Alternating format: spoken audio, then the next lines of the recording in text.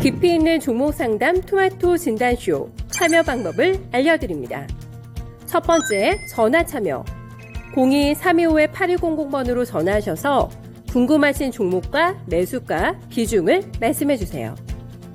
두 번째, 유튜브로도 실시간 참여가 가능합니다. 유튜브 검색창에 토마토 증권통을 입력하세요. 실시간 스트리밍으로 방송도 직접 보실 수 있고 종목 진단도 가능합니다. 이때 좋아요와 구독은 필수겠죠? 세 번째, 증권통 참여. 모바일 어플리케이션 증권통을 다운받아 증권통 TV에 들어가서 아자아자란에 글을 남겨주세요. 최고의 전문가들이 함께하는 토마토 진단쇼. 여러분의 많은 참여 바랍니다.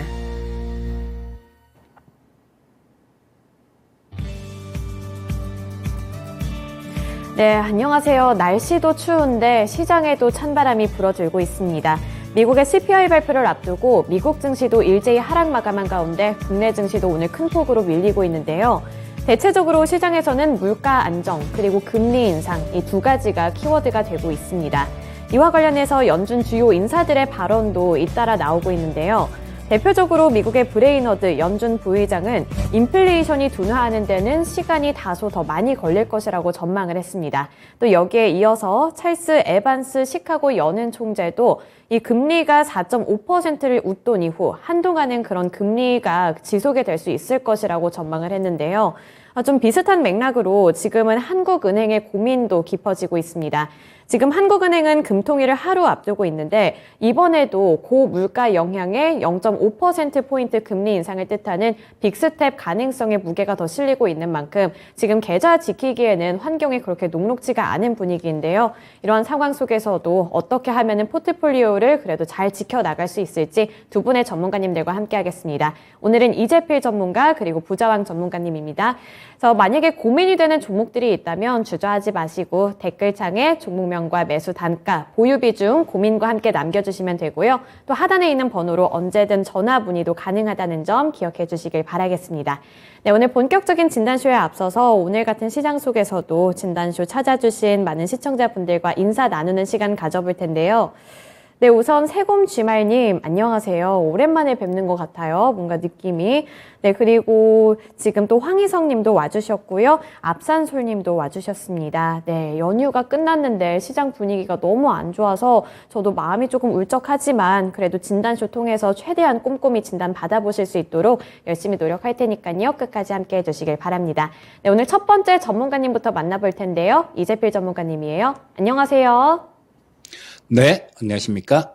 네, 오늘 시장에 너무 많이 빠져서 우려하시는 분들이 굉장히 많을 것 같은데요. 일단 시장 상황이 너무 좋지가 않잖아요. 이제 고물가, 고금리 시대를 맞이한 것 같은데 이 안에서 주가가 계속 빠지기만 해서 웬만한 종목들은 거의 다 과대 낙폭주 아닌가 이런 생각까지 들어서요. 어떻게 대처를 해보면 좋을지 좀 전체적으로 잡아주셨으면 좋겠어요.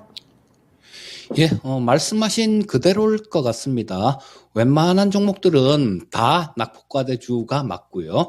자, 지금 앵커님 말씀해 주신 대로 가장 좀 문제가 되고 있는 게 물가죠. 미국 쪽에서 물가가 워낙 좀 이렇게 급등을 하다 보니까 연준에서는 그걸 물가를 잡기 위해서 금리를 급하게 올리고 거기에 따라서 경기 침체 우려감들, 이런 것들이 시장을 끌어내리는 역할을 하고 있는데요.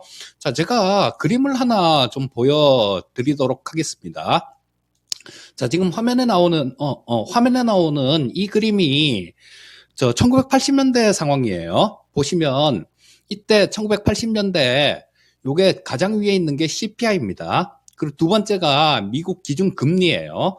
세 번째 있는 게 미국의 실업률입니다. 자, 보시면 이때 1970년대 후반에도 이거를 물가가 상당히 좀 급하게 올라오는 모습이 나와서 그걸 잡기 위해서 굉장히 노력을 많이 했었어요.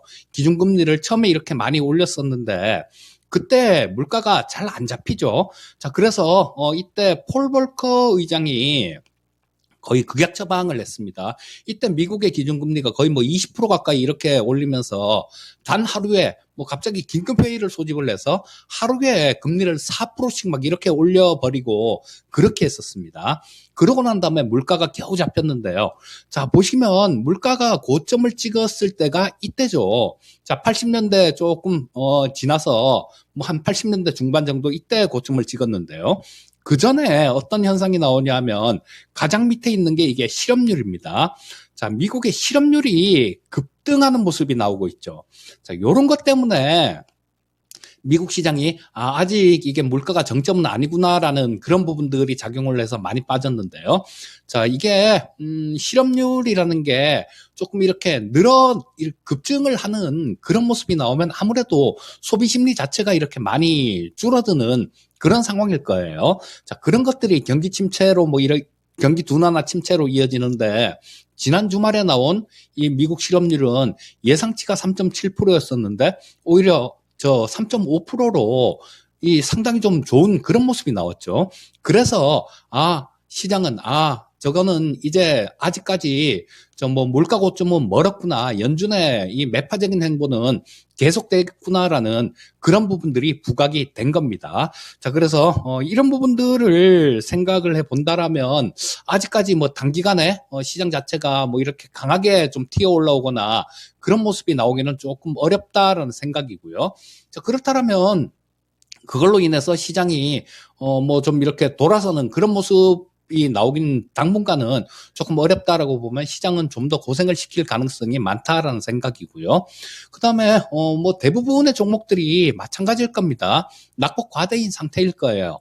하지만 이 구간에서도 우리는 분명히 생각을 해봐야 됩니다. 자, 매수하실 때 우리 시청자님들께서 어떤 이유로 매수를 하셨는지 그게 좀 중요하실 것 같아요. 만약에 어떤 기업의 미래를 보고 뭐 매수하실 때부터 나는 좀 이거 기업이 나중에 좋아질 거니까 투자라는 개념으로 뭐 시간은 상관없이 좀 길게 들고 가겠다라는 그런 관점에서 매수를 하셨다라면 분명히 뭐 이런 기업이 흑자가 나는지 아니면 재무 구조는 괜찮은지 그 부분을 살펴보셨을 거예요. 자, 기업이 흑자 기조를 유지를 하고 매출액도 늘어나고 영업이익도 늘어나고 또 당기순이익도 늘어나고 그다음에 뭐 부채 비율도 마찬가지 좀 낮은 상태. 부채 비율이 낮은 상태라면 100% 아래 정도를 얘기하는 겁니다. 이런 종목들이라면 뭐 좀 있으면 겨울철 되면 연말 되면 배당에 대한 그런 기대감들도 있을 테니까 보유를 하실 만할 겁니다.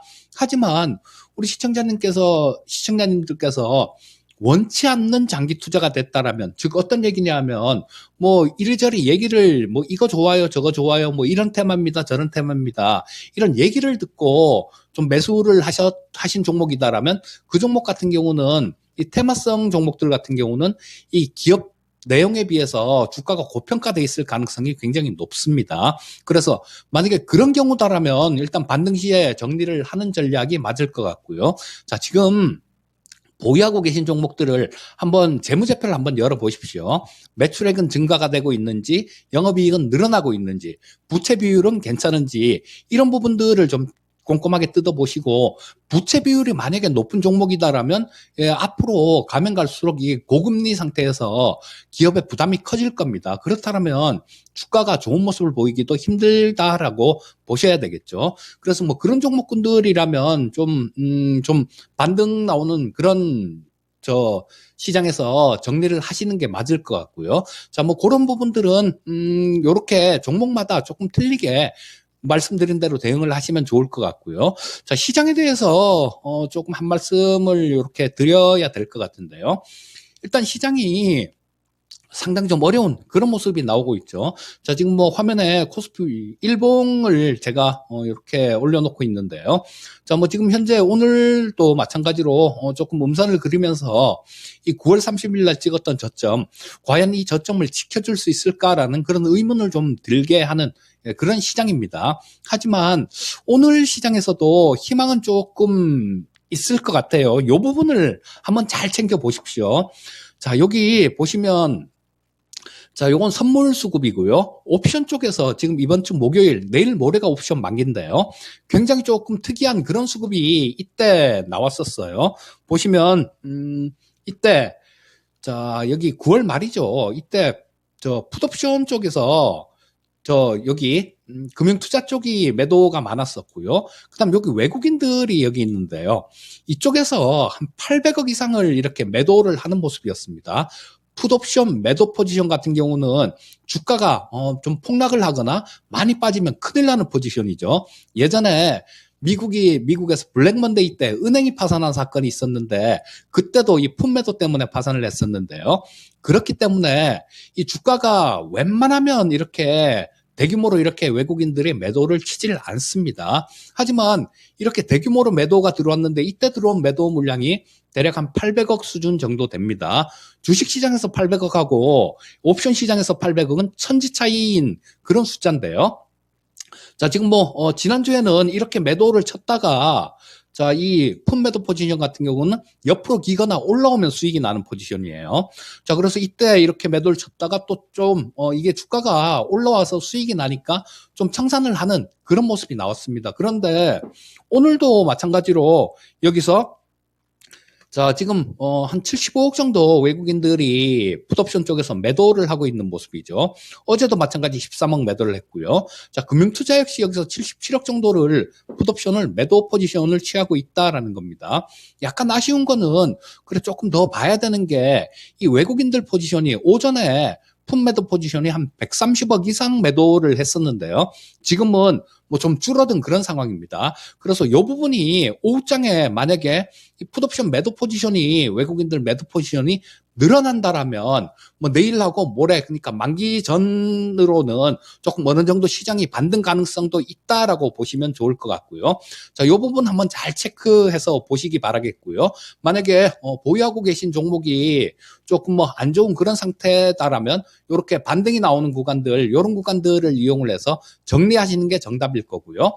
자, 재무구조 괜찮고 성장하고 있는 기업이면 오히려 뭐 좀 싸게 살 기회가 또 도래했다라는 그런 관점으로 조금 긴 관점, 1년, 2년 정도를 보는 관점으로 조금 추가 매수도 가능한 뭐 그런 상황이다라고 말씀드릴 수 있겠습니다. 네, 전체적으로 시장이 너무 많이 빠지고 있고 우리나라 증시뿐만 아니라 세계적으로 너무 안 좋다 보니까 지금 어떻게 대응을 해야 할지 감조차 못 잡겠는 그런 상황인데요. 우선은 지금 반등 타이밍을 굉장히 잘 노리셔야 될 것 같습니다. 그리고 기업의 내실이 굉장히 중요하게 작용이 될 것 같아서 길게 들고 가실 분들은 꼭 기업 안에 좀 여러 가지 부분들을 체크를 해보실 필요가 있을 것 같은데요. 뭐 실적이라든지 아니면 기업의 재무제표도 꼼꼼히 확인을 해보시면서 대응 전략을 짜보시길 바랍니다. 네, 이제 첫 번째 종목 진단으로 넘어가 볼까 하는데요. 오늘 첫 번째 종목은 어쩌라고 내 맘이지 님이 보내주신 덴티움입니다. 덴티움 8만 원에 진입을 하셔서 10% 보유 비중 들고 계신데요. 우선 언제 진입을 하셨는지는 모르겠지만 최근에 변동성이 굉장히 강했고 덴티움이 그래도 고환율 수혜주로 좀 분류가 돼서 나름대로 좀 잘 오를 수 있지 않을까 이런 생각도 들게 한 종목이었는데 오늘은 또 이제 전체적으로 빠지다 보니까 빠지는 건지 또 3% 넘게 밀리고 있네요. 그래서 8만 원에 진입을 하셨는데 손절 라인을 어느 정도로 잡으면 좋을지 궁금하다고 하시거든요. 어떻게 보시나요? 네, 이 덴티움을 보유하고 계시다라면 뭐 상당히 좀 좋은 종목을 보유하고 계신다라는 생각입니다. 자, 지금 고환율 수혜주로 작용을 하는 게 맞죠. 그리고 이 임플란트 쪽 같은 경우는 지금 올해 들어서 작년에도 그렇고요. 계속 좀 이렇게 좋게 계속 말씀을 드리고 있는 부분들이 있는데 꼭 이 덴티움이 아니라 오스템 임플란트도 마찬가지 전에 거래 정지됐을 때 그때도 좋습니다. 거래 정지돼 있는 기간 동안 그렇게 좀 말씀을 드렸던 그런 기억이 있는데요. 자, 이거는 좀 시대상을 같이 한번 보시면 좋을 것 같습니다. 자, 우리나라 인구 구조를 우리가 한번 이렇게 살펴보면요. 자, 전후 세대, 그러니까 6.25가 나고 난 다음, 발발하고 난 다음에, 그 다음에 1차 베이비붐, 2차 베이비붐, 이렇게 하면서 굉장히 신생아들이 굉장히 많이 출생했습니다. 그래서, 우리나라에 1959년생부터 1971년생까지 59년 돼지띠, 71년 돼지띠죠. 그렇게 13년간 계속해서 한 해에 태어나는 신생아가 100만 명이 넘었습니다. 자, 근데 이게 뭐 한 2000년생 정도가 되게 되면 40만 명 정도가 되고요. 작년에는 26만 명이 태어났습니다. 자, 그래서 우리나라 인구가 뭐 고령화가 되고 있는 게 이런 숫자를 놓고 보면 그냥 명확하게 보이는데요. 자, 뭐 고령화가 걱정되는 게 아니라 이 임플란트 쪽 같은 경우는 그런 게 수혜가 될 수 있는 거죠. 자, 보통 보면 뭐 한 40대 정도, 빠르면 뭐 한 40대 정도 때부터 이가 좀 안 좋아서 50대, 60대 뭐 이렇게 되면 임플란트를 해야 되는 경우가 굉장히 많습니다. 그런데 지금 그 베이비붐 세대들 한 해에 뭐 100만 명씩, 그리고 72년생부터도 저 그 밑에까지 한참 동안은 80만 명, 90만 명이 태어났습니다. 그 사람들이 이제는 이 치아가 조금 안 좋아질 때가 돼서 대부분 뭐 좀 많은 사람들이 치과를 가야 되는 그런 환경이에요. 자, 그렇다면 예전에는 이 뭐 한 20년 정도 전에는 임플란트 한 개 500만 원씩 막 이렇게 했기 때문에 정말로 아무나 못 했는데, 요즘 같은 경우는 임플란트 가격도 상당히 많이 내렸습니다. 뭐 지하철 광고 같은 데 보면 뭐 한 개 69만 원 막 이렇게 얘기하는 데도 있고 그렇기 때문에, 자, 이제는 웬만하면 이걸 할 수 있는 그런 뭐 가격대까지도 내려온 겁니다. 자, 그렇다면 인구 구조 자체가 이런 쪽에서는 상당히 유리하게 작용을 할 수밖에 없어요. 그래서 긴 관점이라면 굉장히 좋은 그런 상황이다라고 볼 수 있을 것 같습니다. 또 기업 실적도 한번 이렇게 보게 되면요. 작년에 영업이익이 한 699억, 700억 정도가 덴티움이 영업이익이 났는데요. 자, 올해는 1200억이 넘게 날 것 같습니다. 자, 그러면 뭐 한 해에 뭐 2배 정도 이렇게 성장을 하는 모습이고, 이 덴티움뿐만 아니라 다른 임플란트 업체도 거의 대부분이 다 같이 이렇게 성장을 하고 있어요. 자, 그러면 구조적인 성장기로 접어들었다라고 보셔야 될 것 같고요. 자, 그럼 시가총액이 이 덴티움의 경우는 한 9,032억 정도가 되는데, 올해 영업이익이 뭐 한 1,200억 정도, 당기순이익도 1,000억은 넘을 것 같습니다. 자, 그렇게 된다라면 이 당기순이익 기준으로 봐도 퍼가 9배밖에 안 된다는 얘기예요. 이렇게 성장을 하고 있는데, 자, 그렇다면 이런 종목군들 같은 경우는 긴 관점으로 보신다라면 뭐 상당히 좀 좋은 그런 주가의 궤적을 그릴 수 있다라고 보셔야 될 것 같고요. 자, 손절가를 물어보시니까, 자, 일단 뭐 말씀은 좀 드리겠습니다. 이게 조금 손절가 같은 경우는 조금 넓게 잡으시는 게 좋으실 것 같아요. 자, 시청자님 마침 뭐 8만 원 정도의 매수를 하셨으니까 지금 아래에서 올라오고 있는 242평선이 현재 있는 주가가 한 7만 3천 원대 정도에 있습니다. 그러니까 요 정도 만약에 이 가격대를 붕괴를 시킨다라면 그때는 뭐 손절을 고려해 보셔야 되겠지만, 글쎄요, 뭐 이걸 쉽게 붕괴를 시킬 것 같지는 않으니까요. 1차로 뭐 일단 한 7만 5천 원 정도, 그 정도까지라도 빠진다라면 뭐 지금 10% 정도 보유 비중이시니까 한 번 정도 추가 매수를 해 보시는 것도 괜찮겠다라는 생각이에요. 자, 뭐 손절가는 7만 3천 원 정도 일단 제시를 해 드리겠고요. 자, 조금 긴 관점이시다라면 그냥 좀 들고 가시는 게 좋겠다. 뭐 이렇게 말씀드렸고요. 아까 뭐 인구 구조까지 다 이렇게 저 말씀을 드렸으니까 충분히 이해는 가셨으리라는 생각입니다. 자, 현재 상태에서는 보유 의견 말씀드리겠습니다.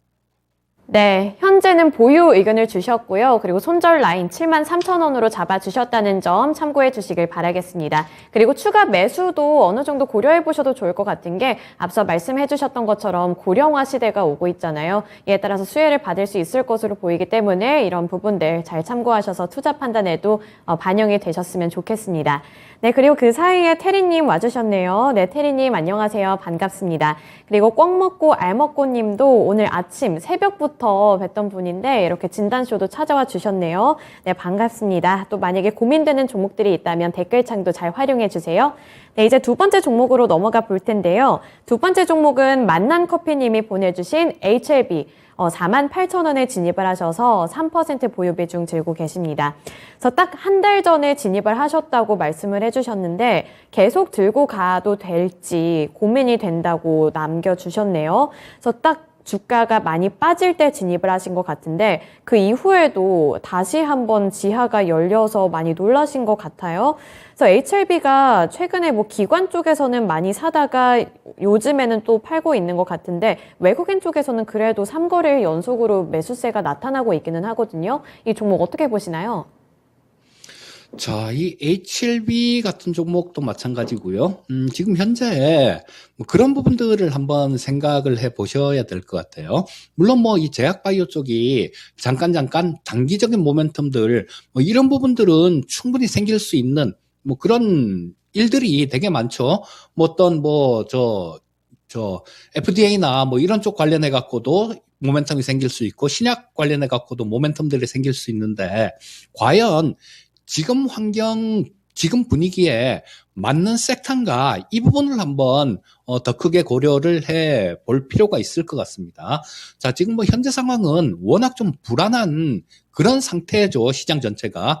그래서 불안할 때가 되면 이 투자자들도 마찬가지고 조금이라도 안전한 걸 선호하는 그런 안전자산 선호 현상이 생기게 됩니다. 그래서 뭐 주식에서 빠져나가서 채권을 산다거나 아니면 뭐 정기 예금을 한다거나 뭐 이렇게 되게 되는데요. 또 이 주식시장에서 빠져나가지 않는다고 하더라도 이 주식시장 내에서도 상대적으로 조금 안전하다라고 생각되는 종목이 있고요. 상대적으로 조금 하이 리스크, 나중에 뭐 하이 리턴일지 어떨지 모르겠지만 이 고위험 고수익 종목보다는 조금 안정적인 그런 종목을 선호하는 경향이 많을 겁니다.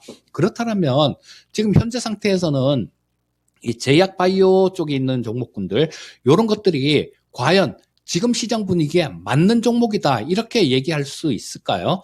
그렇게 얘기하기가 좀 어려울 것 같습니다. 자, 그래서 지금 이 HLB도 마찬가지다라는 생각이에요. 지금 제가 이 제약 바이오 쪽 종목들은 그동안 뭐 관심을 안 가진 지가 굉장히 오래됐어요. 그래서 그 내용에 대해서 각각의 개별 기업들 뭐 이 내용에 대해서는 아마 우리 시청자님들이 더 많이 아셔야지 정상이에요. 저는 몇 달째 이쪽을 안 쳐다보고 있었으니까요. 자, 근데 뉴스를 뭐 이렇게 보니까 뭐 세치 커버 샴푸 관련되는 뭐 그런 쪽이 논란 중인 뭐 연번제 성분이 없다라는 이 회사 거는 뭐 그런 얘기들도 있고 뭐 조금 긍정적인 그런 내용들은 조금 있는 것 같습니다. 하지만 실적 자체가 찍혀 나오지 않는 종목이에요. 자, 그래서 지금 48,000원에 일단 매수를 하셨으면 지금 현재 상태에서는 다들 너무 많이 빠진 상태죠. 그래서 일단 뭐 현재 상태에서는 일단 조금 보유를 하셔야 될 것 같고요. 자, 반등이 조금 나오는 구간들 그런 구간들이 있다라면 보시면 이 정도까지는 뭐 반등 가능성이 있죠. 보시면 여기 상당히 좀 많이 이렇게 거래가 됐고 그다음에 이쪽에서도 거래가 터진 그런 부분들이 있으니까요. 뭐 한 매수하신 가격대 정도 그 정도까지는 일단 반등 가능성도 있어 보입니다. 그러면 일단 뭐 매수하신 가격대 그 정도 근처까지 온다라면 일단 좀 정리를 하시고요. 아, 비중이 3%시네요. 3%시면 일단 뭐 저 정도는 그냥 들고 가 보셔도 될 것 같은데 뭐 조금 답답하시면 그 매수하신 가격대 근처에서 정리하시고요. 뭐 그렇지 않고 뭐 비중이 워낙 좀 작으니까 이 시장이 좀 괜찮아질 때까지 기다릴 수 있다라면 3% 정도 비중은 들고 가셔도 될 것 같습니다. 자, 현재 상태에서는 일단 보유 의견 말씀드리겠습니다. 지금 어느 정도 비중이 많이 적으시잖아요. 3% 정도 되니까 일단은 보유해 보시면서 대응을 해 보셨으면 좋겠는데 일단 첫 번째로는 지금 들어가신 진입 구간 원금 회복을 1차 목표로 두시고 HLB 잘 대응을 해 보셨으면 좋겠습니다. 그 이후에 또 고민이 된다면 진단쇼 찾아와 주시길 부탁드릴게요. 네, 그 다음에 이어서 이제 세 번째 종목 진단으로 넘어가 볼 텐데요. 이번에는 시청자님과 전화 통화 연결입니다. 지금 바로 연결해 볼게요. 안녕하세요. 여보세요? 네, 오늘 어떤 종목 들고 오셨나요? 효성화학이요. 네, 효성화학 평단가랑 보유 비중도 알려주시겠어요? 저기 20만 8천 원에 10%요. 아, 좀 고점에 진입을 하셨네요. 네, 너무 비싸게 사가지고 지금, 반토막이 났어요. 네, 거의 반토막이 나서 지금 상당히 고민이 많이 되실 것 같은데, 네. 이게 어떤 이슈 때문에 그때 진입을 하셨을까요? 네? 뭐 때문에 들어가신 걸까요? 아니, 어떻게 하다 보면 화학 조락에서 좀 들어갔더니 이렇게 또 되게 잘 올라가더라고요. 그러길래 좀 들어갔더니 이렇게 되네요. 네, 그러면 이 종목을 손절도 생각을 하고 계신 거예요? 뭐 그때는 뭐 누가 15만 원 되면 저기 빼라고 그러길래 내가 했는데 더 빠져버려가지고선 빼지도 못하고 지금 있어요. 그렇죠. 그러면 전체적인 대응 전략을 한번 물어볼까요? 네. 네, 알겠습니다. 효성화학 관련해서 전체적인 대응 전략이 궁금하다고 하시는데요.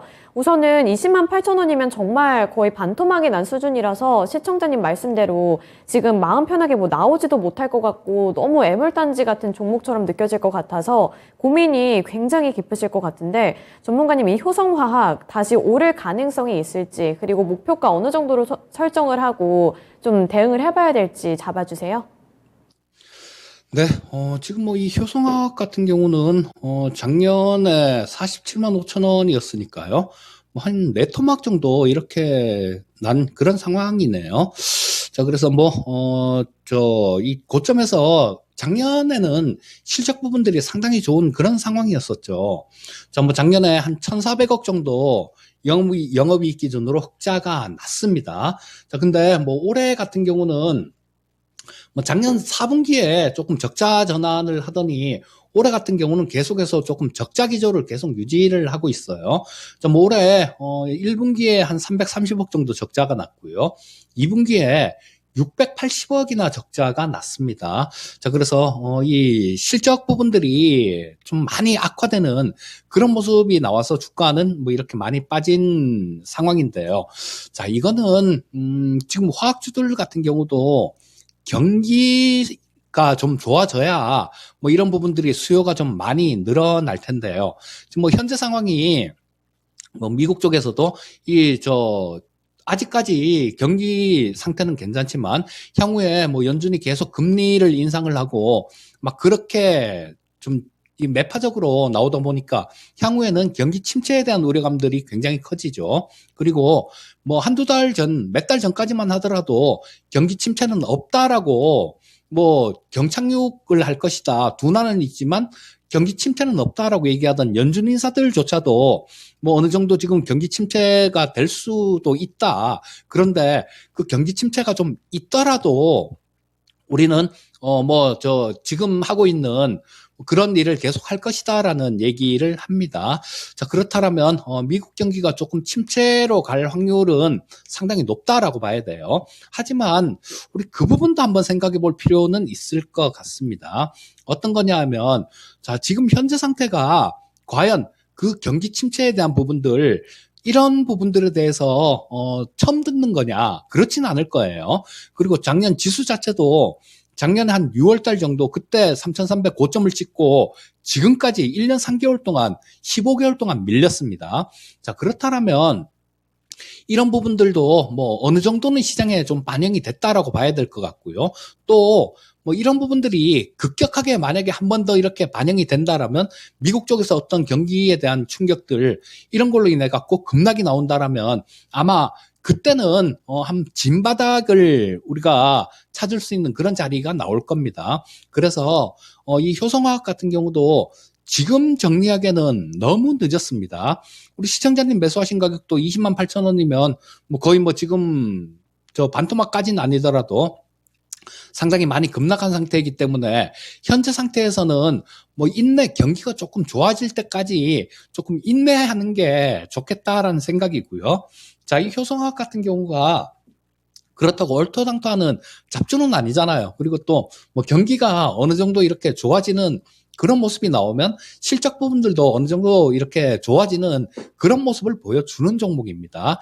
그래서 현재 상태에서는 조금 늦은 감이 있으니까 일단 뭐 보유 의견을 말씀드리겠고요. 제가 생각하기에는 내년 한 상반기 정도 그때쯤 되면 경기가 서서히 조금 이렇게 연준 정책도 조금 바뀌지 않을까 싶은 생각이 드니까요. 뭐 한 내년 상반기 정도까지 일단 조금 기다려보는 전략이 좋겠다라는 생각이고요. 자, 지금 현재 상태에서는 일단 보유 의견 하시고 조금 잊어버리시고 내년 정도에 한번 이렇게 보시는 게 좋지 않나 싶은 생각이 듭니다. 네, 시청자님 많이 답답하고 속상하시겠지만 우선 지금은 어떠한 대응을 하는 것보다는 내년 상반기까지는 좀 보유를 해보시면서 다른 종목들을 좀 케어해보시는 게 좋을 것 같네요. 그럼 지금이라도 한 10%만 더 살까요? 100주만요? 추가 매수에 대해서 물어보시는 거죠? 네. 네, 그 부분만 한 번 더 물어보도록 하겠습니다. 지금 10% 정도 보유 비중 늘리는 거는 어떨까요? 네, 시청자님, 지금 말고요. 좀 있으면 뭐 올해 말이나 아니면 내년 정도 되면 정말로 시장에 곡소리가 나는 시장이 한번 나올 수도 있습니다. 그러니까 그 곡소리가 나오는 시장이 나오면 지금 미리 이렇게 들어가면 그때 또 이거 잘라 팔아야 되나 말아야 되나 그런 생각이 들 수 있어요. 현재 상태에서는 기다리셨다가 올해 하반기나 아니면 내년 뭐 1분기 정도 그때 한번 되게 좀 안 좋은 시장이 나올 가능성이 있으니까 추가 매수를 하려면 그때 매수하시는 게 좋을 것 같습니다. 아, 네, 절대 지금은 아닌 것 같아요. 네, 참고해 보시길 바라겠습니다. 네, 고맙습니다. 네. 수고하셨습니다. 네, 이렇게 지금 효성화학을 마지막 종목으로 이재필 전문가님과 종목 진단을 해드렸는데요. 오늘 여기까지 전문가님 말씀 들어보도록 하겠습니다. 네, 오늘 말씀 고맙습니다. 네, 감사합니다. 네, 마지막에 좀 정말 무서운 멘트였던 것 같아요. 이제 곡소리가 나는 시장이 또 올 수도 있다. 이런 이야기가 나오고 있는데 우선 전체적으로 그런 평가는 많이 나오고 있는 상황이기는 합니다. 이 간밤에 JP모건 회장, 제이미 다이먼 CEO도 이러한 발언을 내놨거든요. 6개월에서 9개월 안에 세계 경기 침체에 빠질 가능성이 더 높아질 수 있다. 그리고 S&P 500 지수가 지금까지 이미 한 25% 정도 빠졌는데 여기서 추가로 20%가량 더 밀릴 수도 있다는 전망을 내놨거든요. 그래서 지금 시장이 너무나도 불안한 상황이기 때문에 추가 매수도 굉장히 신중하게 고려를 해보셔야 될 것 같습니다. 그리고 여기 황희성 님이 수익 날 때까지 버텨야 한다. 매수는 하지 않고 그렇게 주식을 정리하고 떠나고 싶어진다. 이렇게 댓글을 남겨주셨는데 정말 요즘 같은 시장 속에서는 원금 회복을 하는 것도 너무 어렵게 느껴져서 그게 1차 목표가 되는 그런 시장인 것 같아요. 그래서 이런 시장 속에서도 우리 시청자분들 정말 어떻게든 힘을 잘 내셔서 나중에 보릿고개 넘고 좀 빛을 보는 날이 빨리 왔으면 좋겠다는 생각이 드네요. 네, 그래서 그러한 부분들 함께 응원을 하면서 이제 다음 상반기 그리고 하반기 내년 어떻게 또 하면 좋을지 함께 좀 플랜을 짜볼 수 있으면 좋겠습니다. 네, 그리고 이 곡소리 이야기 나왔는데 많은 분들이 곡소리 언급을 해주시네요. 네, 저희 입에서 이제 곡소리가 아니라 좀 웃음이 나올 수 있기를 바라면서 두 번째 전문가님 만나보도록 하겠습니다. 부자왕 전문가님이에요. 안녕하세요. 네, 반갑습니다. 부자왕입니다. 네, 오늘 정말 시장이 말도 안 되게 암울한 시장이라서 시청자분들이 좀 많은 고민을 안고 계신 것 같아요. 그래서 이제 첫 번째로 종목 진단을 해보고 싶은 종목이 제니님이 보내주신 신화인터텍인데요. 4,070원에 진입을 하셔서 10% 보유 비중 들고 계십니다. 그래서 신화인터텍 같은 경우 보면 올 여름에는 굉장히 치솟는 모습을 보여줬는데 그 이후부터는 주가가 정말 풍선 바람 빠지듯이 빠져서 너무 이 속에서 부글부글 끓을 수도 있을 것 같아요. 그래서 이거 전체적인 대응 전략이 궁금하다고 하시거든요. 어떻게 해볼까요? 네, 신화인터텍. 자, 동종목을 고를 때는 일단 기업 분석도 좀 하셨을 것 같고, 나홀로 이렇게 골랐는지 모르지만, 방송 보고 들으셨다면, 사실 기업 내용은 그렇게 나쁘지는 않아요. 동종목은 애플 XR 기기 출시 기대감 이런 쪽이라면 아마 실력은 좀 있어요. 애플 기기의 출시 기대감이 작용한다. 미국 빅테크, 스마트 클래스 이렇게 얘기 나오면 동사는 그런 부분에서 이 모바일 쪽 관련해서 OEM KP 쪽이니까 꾸준한 업력이라든가 시장 지배력 이런 것은 어느 정도 갖췄다고 봅니다. 그 재무제표로 봤을 때는 매출액은 큰 문제가 없어요. 2,400억이나 2,500억 정도에서는 꾸준하게 매출액이 달성되고 있고, 코로나 국면에서도 적자 안 보고 이익을 냈었고요. 작년에는 20억이니까 한 3년 동안 비교해 봤을 때는 제일 좀 저조했어요. 단기순이익은 11억이니까 3년 전에 95억까지 나왔었잖아요. 그런 거 봐서는 점점 좋아져야 되는 모습이 아니라 조금 좀 안 좋아지는 모습을 보이기 때문에 주가 많이 빠진 게 아닌가 싶고, 재무제표만 놓고 봤을 때는 아무 문제 없습니다. 이 종목이 지금 주가가 좀 답답해서 그렇지 이 재무제표에서는 전혀 뭐 문제될 건 없다. 이렇게 보고, BPS가 3,500원 정도 되는데, 이 종목을 지금 4,000원대 샀잖아요. 비중 10%고.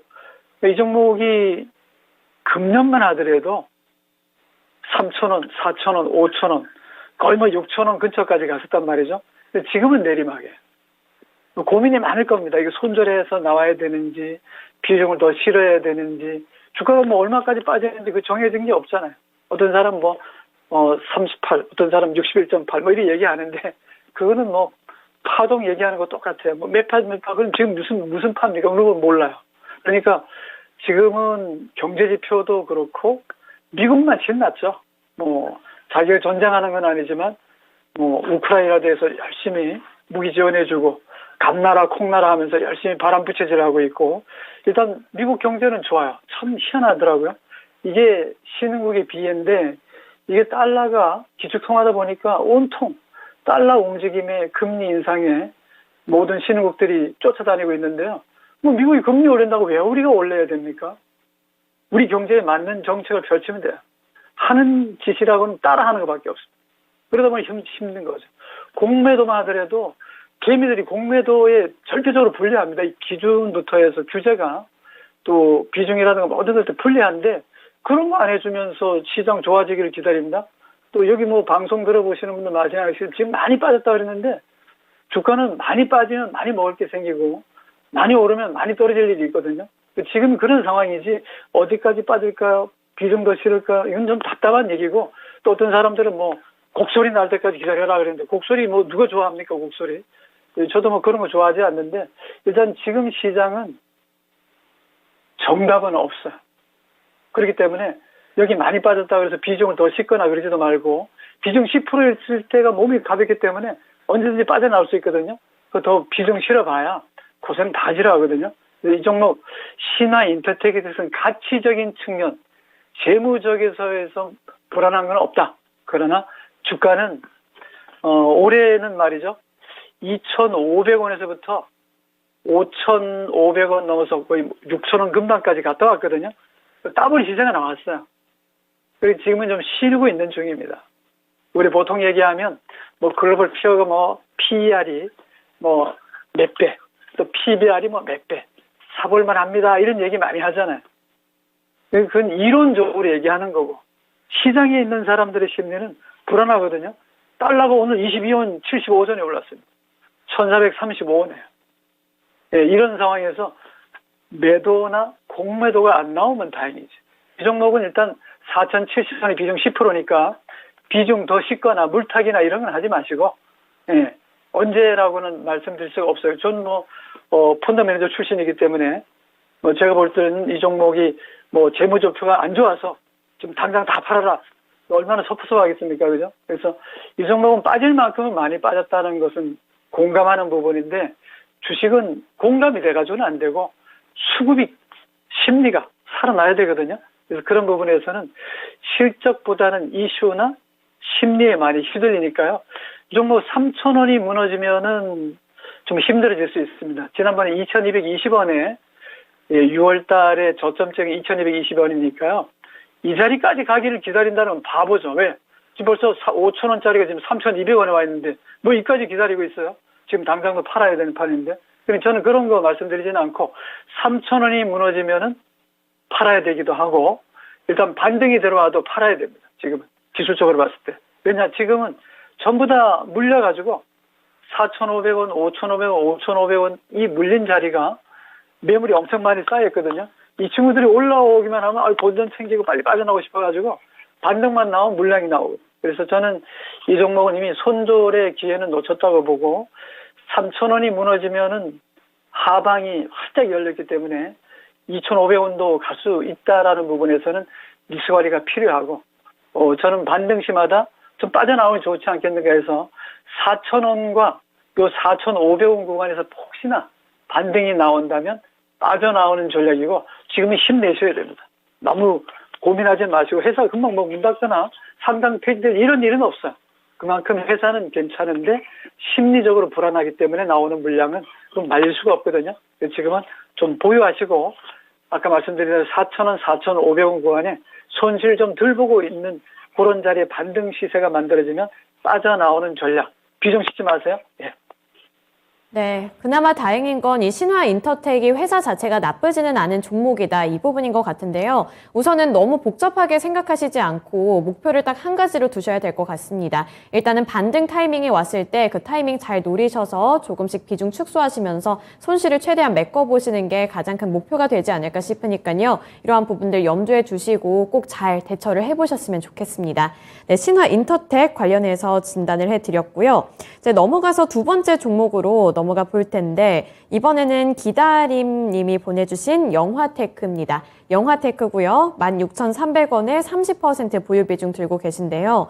30%면 보유 비중도 그렇게 적은 편이 아니라서 지금 너무 이거 보고 좀 무서우실 수도 있을 것 같아요. 주가가 너무 많이 빠지기도 했고 그리고 영화테크가 지금 보니까 시가총액도 그렇게 큰 종목이 아니라서 변동성에 대해서도 우려스러울 것 같기도 하거든요.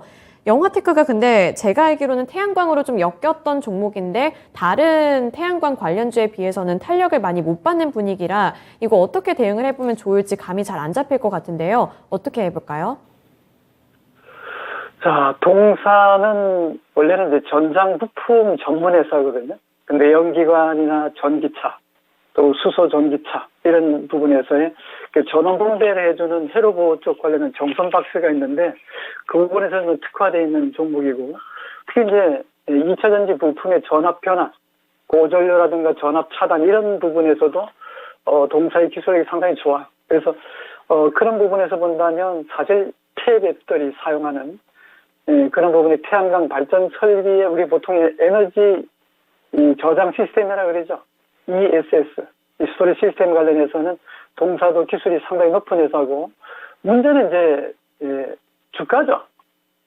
회사가 좋고 나쁘고 성장성, 주가가 움직이는 것은 미래 기대 수익률이잖아요. 근데 동사는 실적, 그다음에 성장의 모멘텀, 동력이라 되는 부분, 그런 부분하고 이슈.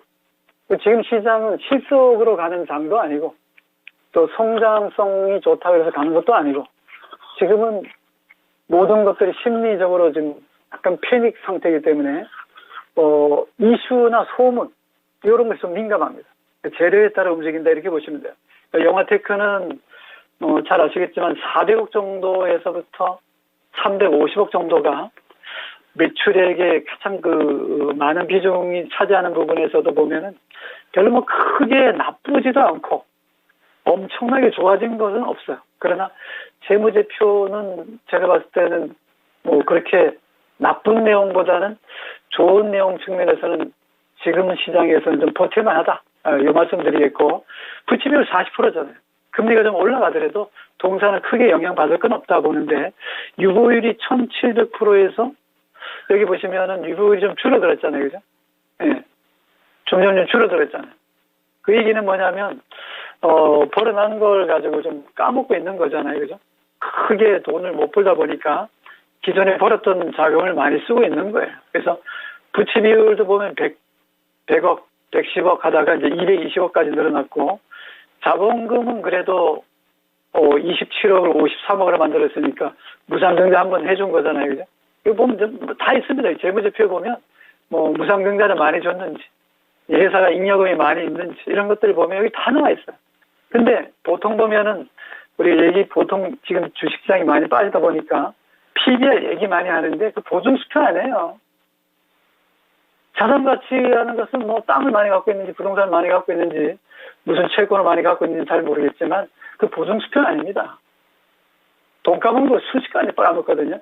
100년 된 회사도 망가지는 것은 순식간인데 그래서 이 영화테크라는 회사는 전기차, 태양광 설비, 폐배터리 이런 부분에서 관련이 돼 있는데 지금 주가는 성장의 모멘텀이 주가에 녹아있지는 않고 이미 빼먹을 거 다 빼먹었어요. 그만큼 주가는 공모하고 나서도 보시면은 공모하고 나서 이게 공모가 초창기에 35,000원 넘어갔었잖아요. 그러니까 이거 보시면 쭉쭉 빠지잖아요. 그러다가 한번 빠지면 1년, 여기 2년, 그러니까 3년 차에 전부 주가 올라갔잖아요. 그죠? 근데 고점이 낮아지고 있다는 건 뭡니까? 동사도 성장에 대한 모멘텀을 가지고 올라가는 게 힘들다. 지금 코로나 국면이긴 하지만 코로나 쉽게 끝날 것 같지 않고 지금 오늘도 뭐 우크라이나 전쟁 얘기 때문에 좀 시끄러워진 것 같은데요. 무슨 미사일을 뭐 84발이나 쏴댔잖아요. 거기다 우리 북한 문제가 또 지정학적인 있을 거기 때문에 지금 외국인이나 기관이나 개인도 마찬가지겠지만 싼 거는 알아요. 쉽게 살 수 있는 장은 아니거든요. 그런 부분에서 이 영화테크 종목을 보면은 주가가 내리막입니다. 내리막.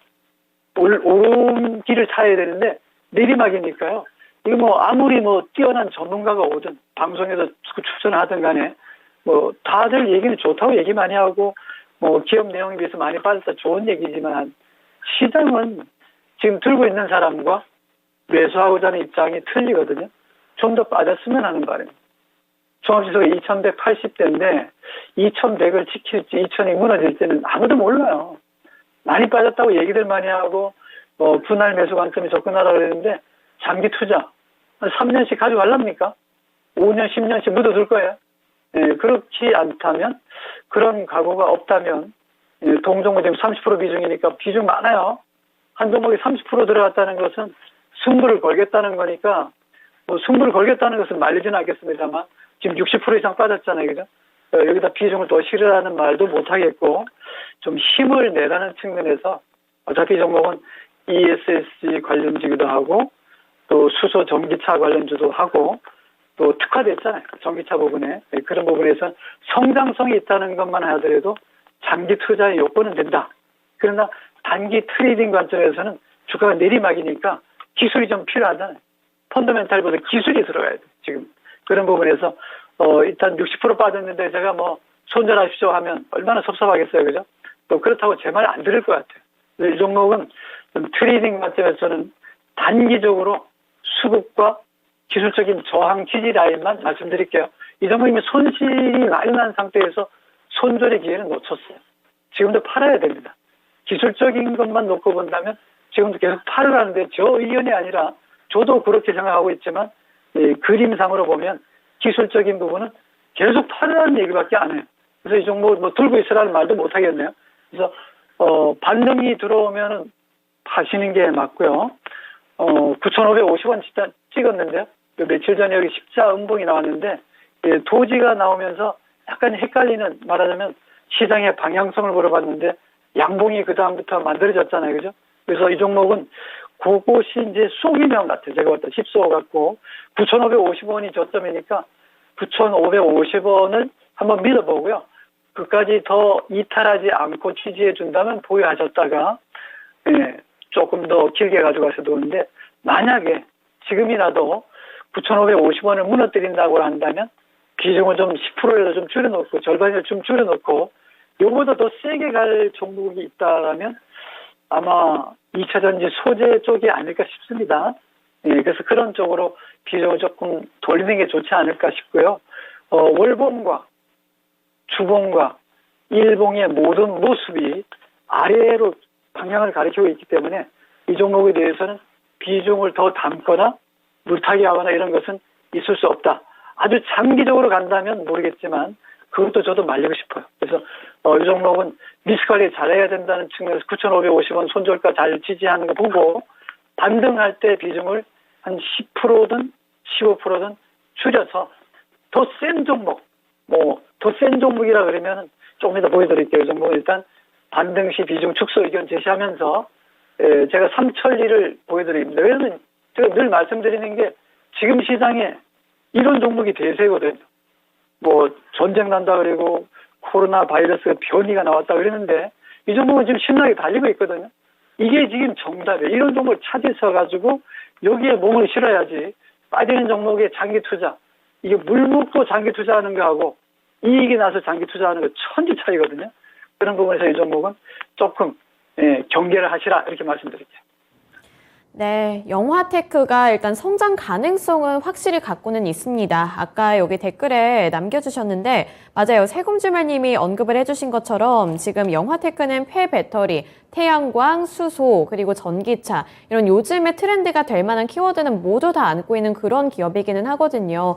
하지만 요즘에는 이렇게 내실이 좋다고 해서 주가 자체가 막 오르는 거는 아니다 보니까 그래서 고민이 더 많이 되는 것 같은데요. 그래서 만약에 여유가 되신다면 장기전으로 가보는 것도 것도 괜찮기는 하겠지만 지금 단기적으로 봤을 때는 너무나도 좋지가 않다 보니까 이 단기적인 트레이딩 관점에서는 어떻게 하면 좋을지 이 부분 잘 참고하셔서 영화테크도 잘 대응을 해보셨으면 좋겠습니다. 최근에 이렇게 뭐 태조 이방원처럼 2차 전지, 뭐 태양광 이런 키워드들이 많이 갖고 있었던 종목들은 많이 올랐는데 그거에 비해서 좀 탄력을 많이 못 받고 있는 점은 너무나도 암울하고 좀 기분이 좋지가 않네요. 또 꼭 힘을 내셨으면 좋겠습니다. 네, 이어서 다음 종목으로 넘어가 볼 텐데요. 이제 다음 종목 꽉 먹고 알 먹고 님이 보내주신 종목이고요. 덕산 네오룩스 32,800원에 25% 보유 비중 들고 계십니다. 오늘 아마 처음으로 그나마 수익 구간에 들어가 계신 분이지 않을까 싶은데 요즘 시장이 너무 안 좋다 보니까 그냥 조금이라도 수익이 났을 때 그냥 빨리 나오는 것도 괜찮지 않을까 이런 생각이 드는데 어떻게 보시나요? 네. 그렇죠. 이 종목은 그래도 수익이 좀 나 있네, 그죠? 많이 나 있지는 않지만 그래도 수익이 나 있고 사실 이제 동사 같은 경우는 또 덕산 하이메탈에서 분사됐잖아요. 오일 소재 쪽만 관련해서 나왔기 때문에 실적 상당히 좋은 걸로 알고 있고 한번 볼까요? 재무제표 잠깐 보겠습니다. 덕산 네오룩스는 실적은 보시는 것처럼 뭐 코로나 국면이든 우크라이나 러시아 전쟁 상태든 크게 영향을 받은 모습이 없어요. 제가 볼 때는 이런 종목이 지금 시장에서는 좋아요. 주가도 많이 빠져 있기 때문에. 그래서 영업이익 측면에서 보면 200, 400, 500. 금년에도 아마 1분기, 2분기 나온 걸 봐서는 지난해 정도는 무난할 것 같고요. 당기순이익이 3년 동안 놓고 봤을 때는 190억, 330억, 460억. 금년 1분기와 2분기만 놓고 봐도 한 200억 정도 나오죠, 그죠? 200억 정도 나오니까 한 213억 정도 나왔나요? 그러면 이 3분기와 4분기 정도에도 이 오일 쪽은 상당히 좀 실적이 좋습니다. 그런 부분에서 동사는 뭐 지금 뭐 금리가 많이 올라가고 있긴 하지만 부채 비율 측면에서는 17%밖에 안 되니까요. 크게 뭐 그거 가지고 주가에 또 기업 실적이 영향받아 가지도 않고 또 동사는 뭐 배당도 많이 안 주는 아주 짠벌이네요. 그런 부분에서 일단 기술적인 것만 말씀드릴게요. 덕산 네오룩스는 차트상으로 보면 재무제표 말고 차트상 기술적 분석만 놓고 보면은 지금은 바닥권에서 어느 정도 확인이 좀 됐어요. 적어도 월봉이니까요. 월봉이 하나는 20일짜리잖아요. 주봉으로 치면 4개에서 4개 반인데 이제 이 종목은 월봉에서 보면 하나, 둘, 셋, 넷, 5개. 월봉 5개에서 저점이 안 깨지고 계속 올라오고 있거든요.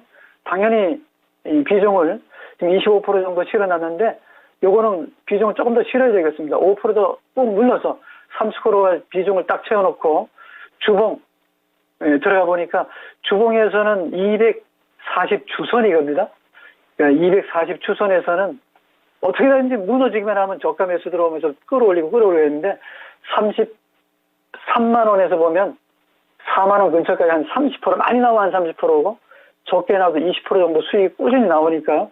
일단 뭐 3만 3천 원에 샀다고 보고 25% 비중을 조금 더 실어놓고 뭐 다른 전문가들은 뭐 49% 49포인트 빠지고 2% 3% 빠지고 종합지수 얼마 뭐 전량 매도 이렇게 얘기하는데 저는 이 종목은 비중을 더 실어도 좋다 말씀드리고 일봉에서는 241선은 머리에 이고 있지만 60선과 120선을 관통시켜놨어요. 이 종목은 비중을 더 실어도 좋고요. 굳이 이 종목 이제 트레이딩 관점 손절가가 좀 필요하다면 손절 라인은 32,000원에 무너지면 안 될 것 같아요. 왜냐하면 동종목 여기서 28,950원 한번 그 다음에 여기 3만 원 무너질 때 한번 그리고 이번에 또 여기 3만 1,000원 근방에서 한번 만들어놨기 때문에 저점은 높아지고 있으니까요. 적어도 저는 이 종목은 여기 이 라인에 3만 650원 저점 찍었는데 이게 3만 1,000원대 라인이에요. 그러니까 3만 1,000원만 안 무너진다면 지금 치면 지금 현재가에서 10% 정도 라인인데 그 지지선만 잘 지켜준다면 지금 봐서는 241선은 머리에 이고 있지만 120선은 안착했잖아요. 그래서 3만 6,000원에 안착시켜놓고 그 다음에 자리는 4만 원, 4만 2천 원, 4만 4천 원까지 열려 있으니까요. 보유 제시하고 5% 정도 비중도 실어도 좋고 손절가는 3만 1,000원. 지금은 보유하면서 수익을 좀 극대화하자 이렇게 말씀드립니다. 네, 덕산 네오룩스 보유 의견과 함께 수익을 더 극대화할 수 있는 방법을 제시해 주셨으니까요. 잘 참고해 보시길 바라겠습니다. 오늘 부장 전문가님은 여기까지 진단해 볼게요. 오늘 말씀 고맙습니다. 네, 고맙습니다. 네, 오늘 시장이 참 녹록지가 않은데 세곰주말님이 여기 뜨끈한 곰탕도 좋고 순댓국도 땡긴다 이렇게 말씀을 해주셨네요. 그래서 오늘 날씨도 춥고 계절 상황도 당연히 뭐 찬바람이 불어서 기분은 안 좋으시겠지만 그래도 뜨끈한 국물 있는 식사하시면서 좀 마음 추스리시고 오늘 장도 잘 마무리를 해보셨으면 좋겠습니다. 오늘 진단쇼는 여기까지 해보도록 하겠고요. 지금까지 투자 판단에 대한 도움 정보를 드렸습니다. 하지만 특정 종목의 상승과 하락을 보장하지는 않는다는 점 유의해 주시길 바랄게요. 오늘도 시청해 주셔서 고맙습니다.